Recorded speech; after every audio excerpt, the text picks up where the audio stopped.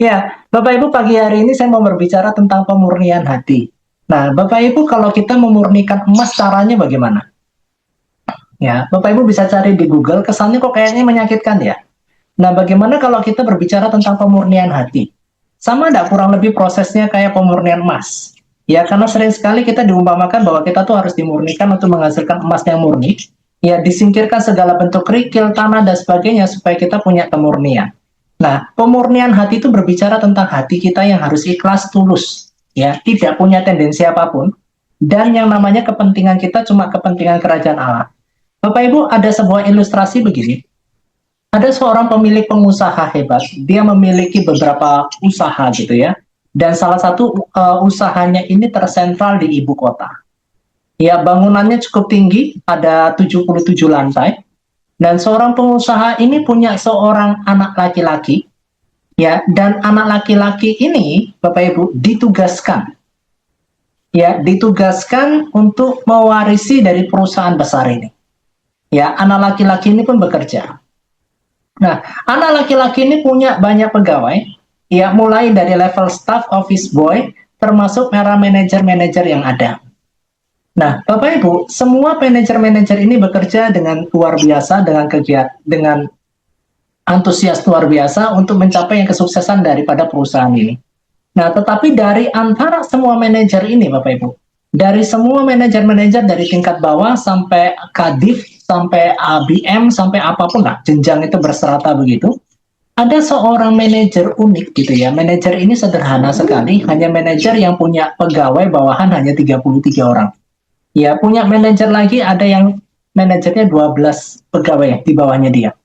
Nah, Bapak Ibu, yang membedakan manajer yang kecil ini adalah manajer ini bisa seirama dengan hati anak bosnya. Sedangkan manajer-manajer yang lain itu giat dengan semua aktivitas dan kegiatannya luar biasa sukses. Manajer-manajer lain pengangkat atau melahirkan pemimpin-pemimpin baru. Nah, jumlah pemimpin baru yang dilahirkan itu lebih banyak dibandingkan manajer yang standar ini. Yang membedakan adalah pemimpin ini diangkat, yang sederhana ini diangkat oleh anaknya bos. Ya, anaknya bos kita anggaplah namanya ya Tuhan Yesus ya, Yeshua HaMashiach. Nah, Yeshua HaMashiach itu mengangkat yang namanya pegawai sederhana ini, diangkat menjadi manajer. Dia yang angkat.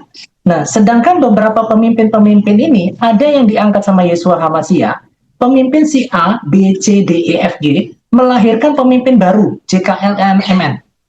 Nah, tetapi pemimpin yang set ini, yang posisinya paling belakang ini, itu diangkat sendiri oleh anak daripada sang bos.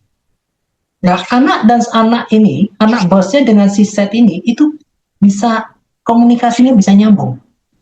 Bisa seirama dengan hati daripada anak bosnya. Tetapi yang sering terjadi adalah, pemimpin-pemimpin ini yang tidak diangkat oleh anak bosnya ini, itu punya jabatan mentereng. Ya, naik jabatan. Yang di bawah-bawahnya juga naik jabatan. Punya yang namanya pegawai, punya yang namanya bawahan, itu lebih banyak dibandingkan daripada manajer set ini. Ya, yang membedakan adalah keintimannya, yang membedakan adalah seiramanya dengan hati anak bosnya. Nah, yang terjadi adalah manajer set ini tidak naik tingkat dalam waktu yang sangat lama. Sedangkan manajer-manajer ini, Bapak Ibu, itu naik tingkatnya kok lebih cepat dibandingkan manajer set ini. Ya, pertanyaannya, apakah kekurangan kuasa daripada sang owner ini untuk mengangkatkan si set? Kenapa si set ini tidak diangkat? Sedangkan semuanya di posisi yang sebelah kiri ini berproses untuk menjadi pemimpin-pemimpin baru, bahkan punya bawahan lebih banyak. Ya, jawabannya adalah misteri. Yang tahu cuma anak daripada sang owner. Ya, Bapak Ibu, akhirnya di masa mereka berjalan, baik si set maupun manajer-manajer lainnya, masuk dalam fase pensiun. Di usia 55 tahun itu pensiun. Dan mereka ini tinggal di lingkungan yang luar biasa bagus, indah sekali manajer-manajer ini. Ya, sedangkan yang si set ini tinggalnya di mana? tinggalnya di dekat lingkungan daripada anak bosnya. Ya, apa arti perumpamaan ini? Bapak Ibu, kita ini banyak menjadi para pelayan Tuhan. Ya, kita pernah melahirkan pemimpin-pemimpin hebat. Bahkan punya jemaat gereja tuh banyak. Ya, kita banyak melahirkan pemimpin. Ya, kita bekerja dengan luar biasa. Ya, ada yang dipilih sama Yeshua Mashiach, ada juga yang diangkat karena punya posisi manajer. Nah, tetapi ada satu pemimpin yang si Seth ini, dia seirama dengan hati Tuhan.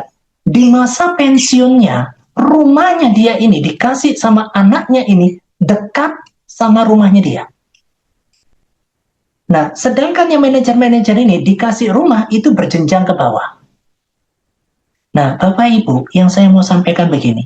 Jadilah pribadi seperti si Seth ini. Mungkin pada saat kita pelayanan, kita nggak dianggap. Pada saat kita luar biasa dengan hati dan tulus dan ikhlas, jabatan kita tidak naik. Ya, itu teman saya baru melayani. Ya ampun, kok sudah dapat jabatan? Ya, oh ternyata dia istrinya pengusaha, makanya dikasih jabatan cepat. Ya, Bapak Ibu, saya pernah ngalami di dalam sebuah gereja lokal, saya melayani Bapak Ibu. Ada seorang ibu-ibu istri seorang pengusaha bakmi. Ya, tiba-tiba dikasih jabatan apa? Ketua pendoa untuk hari tertentu. Ada menara doa dari hari Senin sampai Jumat. Kami yang sudah lama ini, ya, tidak pernah masuk sebagai ketua. Justru yang menjadi ketua di sana apa? Istrinya anak pengusaha bakmi. Mie ayam atau apa begitu. Pada saat saya melihat pemandangan itu, saya merasa dalam hati saya, ya ampun Tuhan. Ya, tidak pantaskah kami naik jabatan?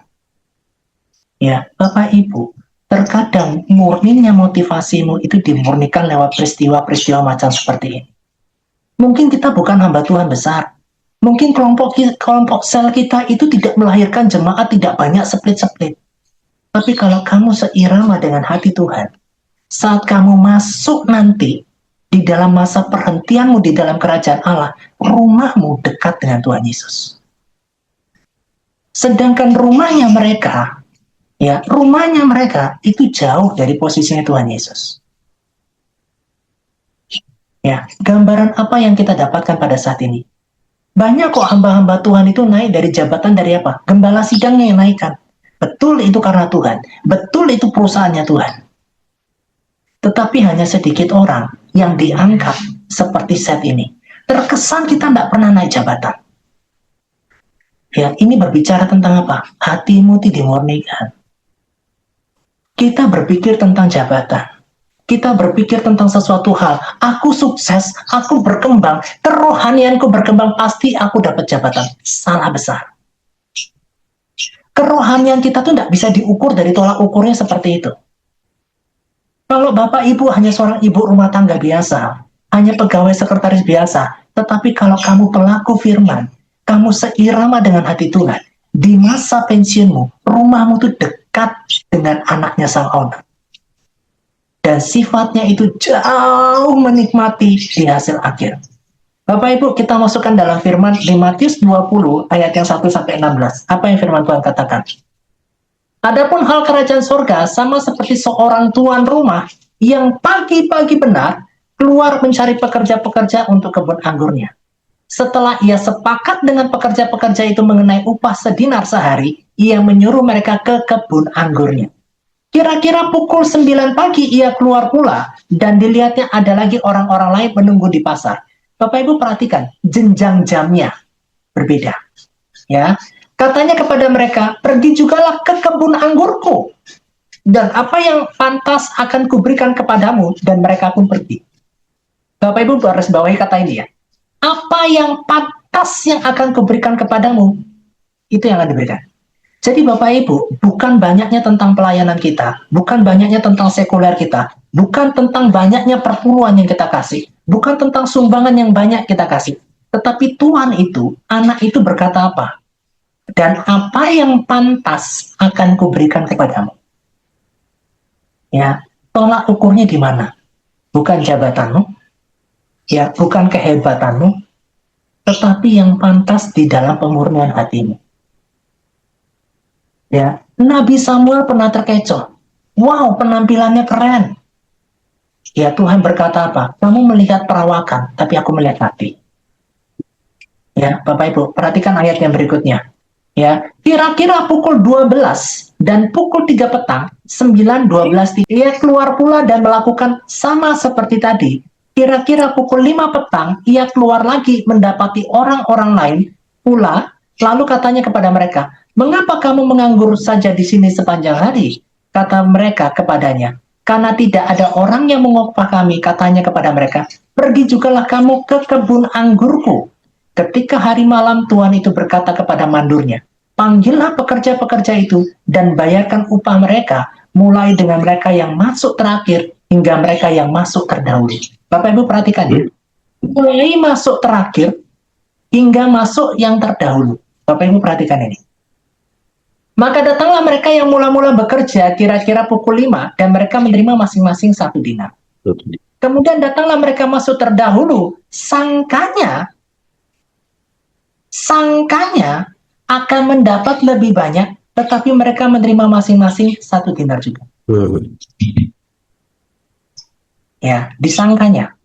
Kalau kamu nyangka pelayanan kamu lebih banyak, ya, menyangka bahwa pekerjaanmu lebih banyak, sumbanganmu lebih banyak, mohon maaf ya, 1 dinar. Ya, ketika mereka menerimanya, mereka bersungut-sungut kepada Tuhan itu.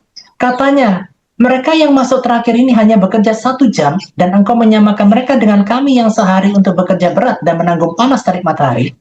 Tetapi Tuhan itu menjawab seorang dari mereka, "Saudara, aku tidak berlaku tidak adil. Bukankah kita telah sepakat 1 dinar sehari? Ambillah bagianmu dan pergilah. Apa aku memberikan kepada orang yang masuk terakhir itu sama seperti kepadamu? Tidakkah aku bebas?" Bapak Ibu perhatikan ya, Tuhan kita, Yesus Kristus itu bebas mempergunakan milikku menurut kehendak hatiku, atau iri hatikah engkau karena aku murah hati? Ya, Yesus itu bebas. Kita sudah bekerja, kita sudah pelayanan lama, tetapi Tuhan selalu lihat hatimu. Yang menjadi parameter tuh hatimu di dalam pelayanan, hatimu di dalam melakukan persembahan, hatimu di dalam melakukan perpuluhan, itu parameternya adalah hatimu. Kenapa? Karena Yesus kita bebas menggunakan apa yang dia miliki. Demikianlah orang yang terakhir akan menjadi yang terdahulu, dan yang terdahulu akan menjadi yang terakhir. Manajer set ini menjadi terkemuka ya pada saat di masa pensiunnya dekat rumahnya dengan Tuhan Yesus di dalam kerajaan surga. Sedangkan kita yang pelayanan banyak, punya jemaat banyak, punya pendeta banyak, melahirkan pemimpin banyak, rumahnya tidak dekat dengan Tuhan Yesus. Semuanya sama-sama masuk. Tidak adilkah Tuhan itu? Ya, adil nggak kira-kira Bapak Ibu Tuhan Yesus? Saya sudah melayani 10 tahun loh, 20 tahun loh, 30 tahun loh. Ini kok baru pelayanan, baru 5 tahun. Loh, di surga kok rumahnya lebih dekat sama Tuhan Yesus ketimbang rumah saya. Kita mau ngomong apa Bapak Ibu? Ya, saat saya renungkan hati ini Bapak Ibu, saya cuma berpikir gini, Tuhan, saya melayani Engkau di ujung-ujung terakhir aja deh.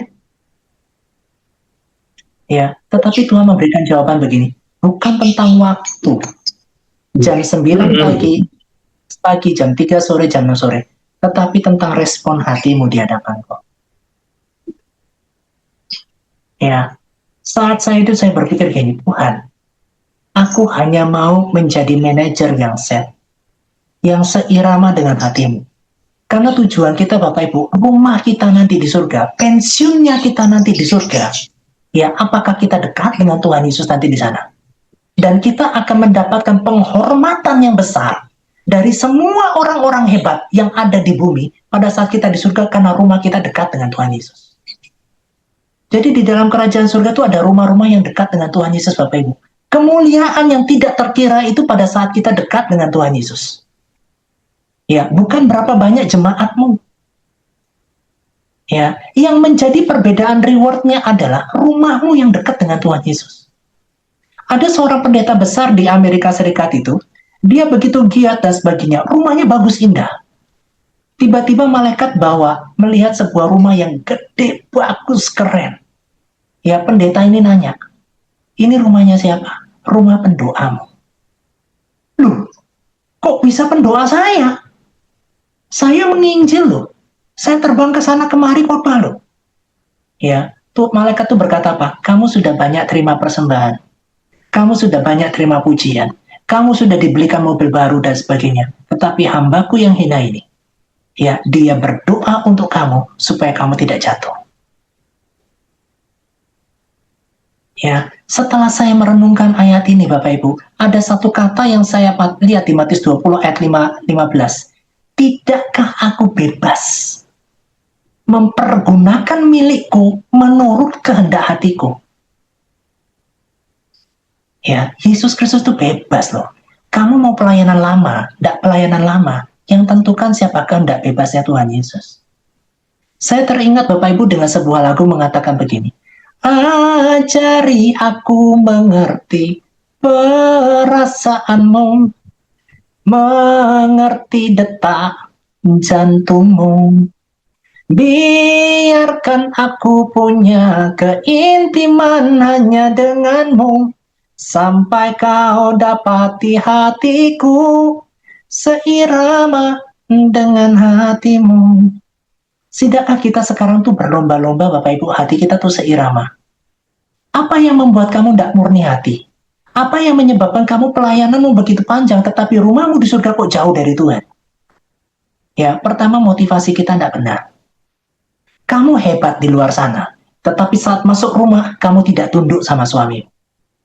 Kamu harus menjadi seorang bunda yang luar biasa, berprestasi dalam pekerjaanmu. Ya, naik jabatan dengan luar biasa. Gajimu lebih tinggi daripada suamimu. Tetapi pada saat masuk rumah, kamu ngatur suamimu. Kamu dominan sama suamimu.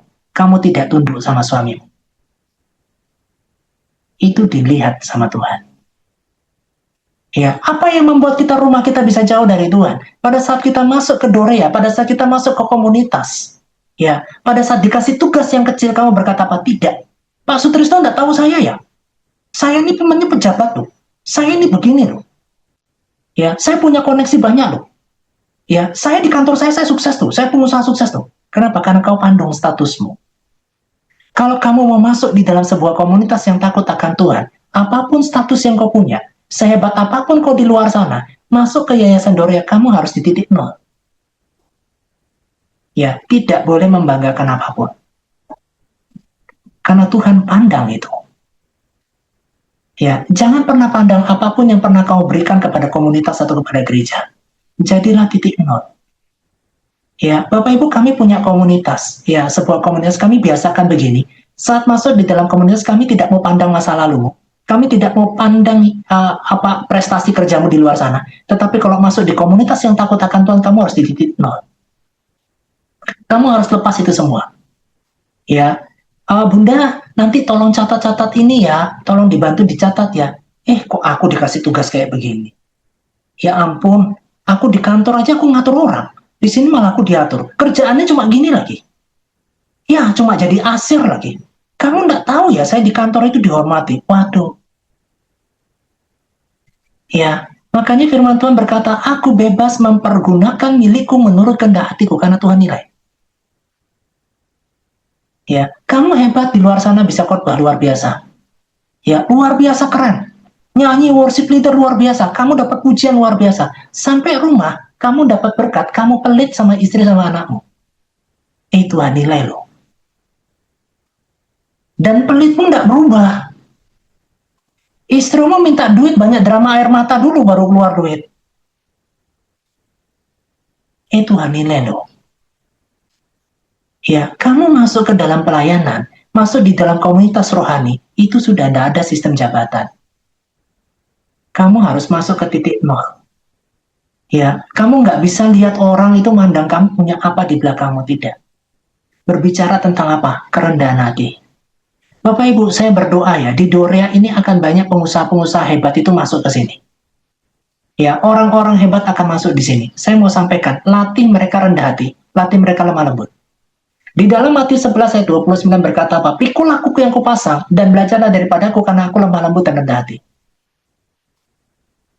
Ya, kalau perlu pengusaha-pengusaha hebat ya, dalam nama Yesus kadang-kadang suruh jadi asir. Untuk apa? Jadi pelayan. Ya, Bapak Ibu, Matius 21 sampai 16 nyambung di dalam Matius 20 ayat 26 sampai 28. Bapak Ibu perhatikan ini. Matius 20 ayat 26 sampai 28. Ya. Nih, Bapak Ibu.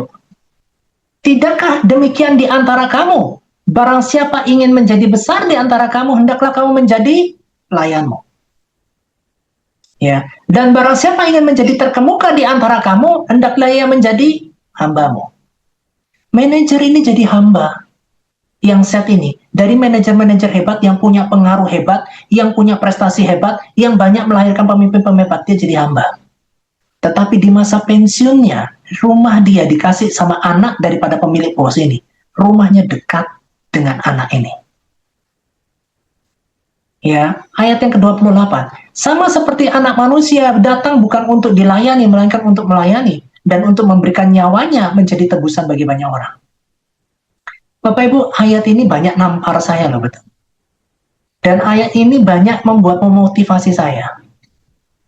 Ya, pelayanan saya sudah bangun di Heaven Ministry itu kurang lebih hampir 5 tahun, Bapak Ibu.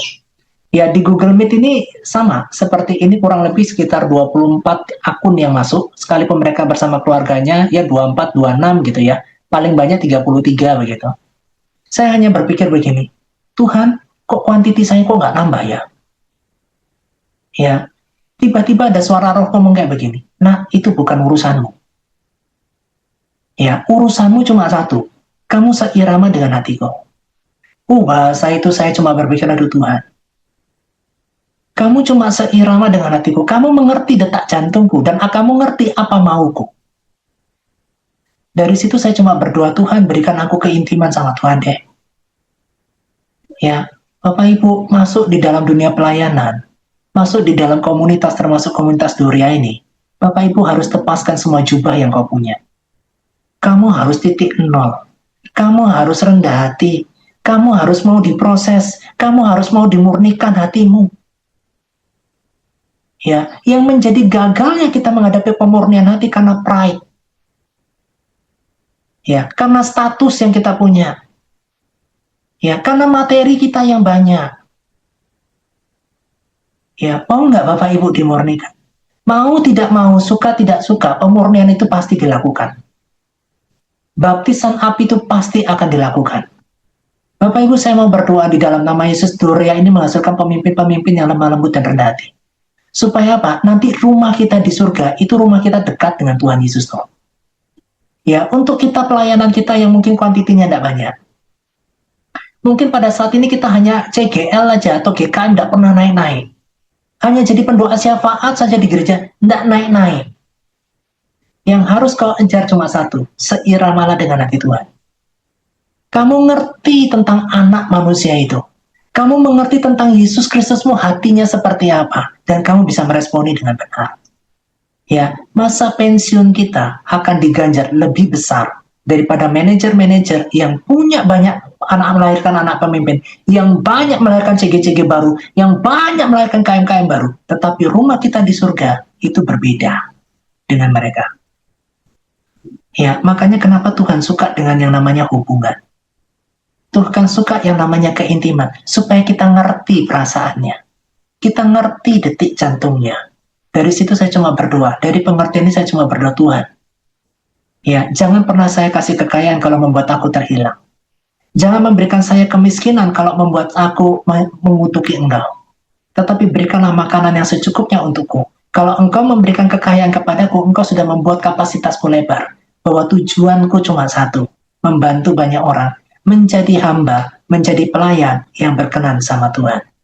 Ya, dan barang siapa ingin menjadi terkemuka di antara kamu, hendaklah ia menjadi hambamu.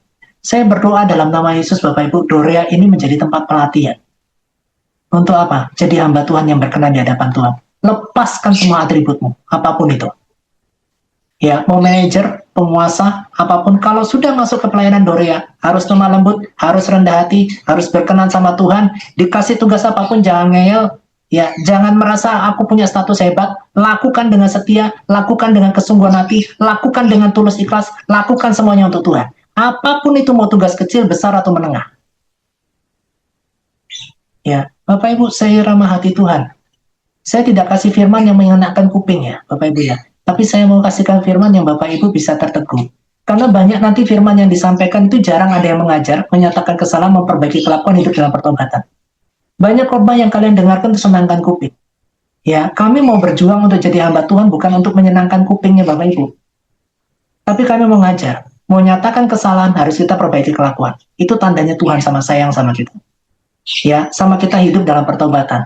Di Amsal pasal yang ketiga ayat yang ke-10 dan 11 berkata gini, berbahagialah kamu yang dididik sama Tuhan. Jangan bosan-bosan mendapatkan peringatannya. Bapak Ibu, bolak-balik loh, saya itu dapat peringatan. Saya kadang-kadang mengevaluasi diri saya begini. Saya bawa firman seperti ini luar biasa saya bawa firman semua. Tetapi sampai rumah, waduh, istri saya tuh banyak kritik saya Bapak Ibu. Ya, saya hanya bersyukurnya begini. Tuhan terima kasih buat teman hidup yang kritik saya paling banyak tuh. Kritik saya banyak. Kok kurangnya di sini? Kok kurangnya begini? Kok mikir nggak sih? Waduh, banyak kali Bapak Ibu. Ya, dari situ saya coba berusaha untuk apa? Melepaskan yang namanya jabatan kita hamba Tuhan. Melepaskan otoritas kita sebagai laki-laki yang menjadi kepala keluarga. Saya dengarkan perkataan istri saya. Tuhan, Engkau pakai istri saya untuk tegur saya. Tetapi saya harus seirama dengan hati Tuhan. Saya harus lepaskan otoritas saya sebagai kepala keluarga. Kalau nasihat ini berdampak positif dalam kehidupan rohani saya harus dengarkan dia. Dan itu banyak Bapak Ibu. Banyak sekali. Bahkan berapa ya? Bisa dikatakan 70% saya dikasih tahu istri saya dari bang saya ngasih tahu istri saya. Mungkin lebih 80%. Cuma dari peristiwa-peristiwa ini saya mengevaluasi, Tuhan ternyata saya ini banyak sekali kelemahannya ya. Ya, hanya Tuhan minta dalam hati kita cuma satu Bapak Ibu. Ayat yang terakhir, Bapak Ibu coba buka di dalam kitab Yosua pasal yang 24. Yosua pasal yang ke-24 ayat yang ke berapa ya? Ya, nih. Yosua 24 ayat yang ke-14 sebagai ayat yang terakhir. Di Yosua 24 ini Bapak Ibu, Yosua sedang berkata, kamu mau ikut Tuhan atau mau ikut Baal?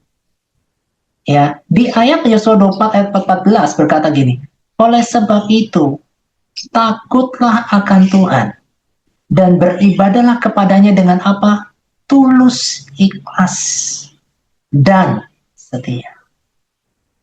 Makanya Tuhan Yesus berkata apa? Tuluslah seperti merpati, ya, cerdiklah seperti ular, tuluslah seperti merpati.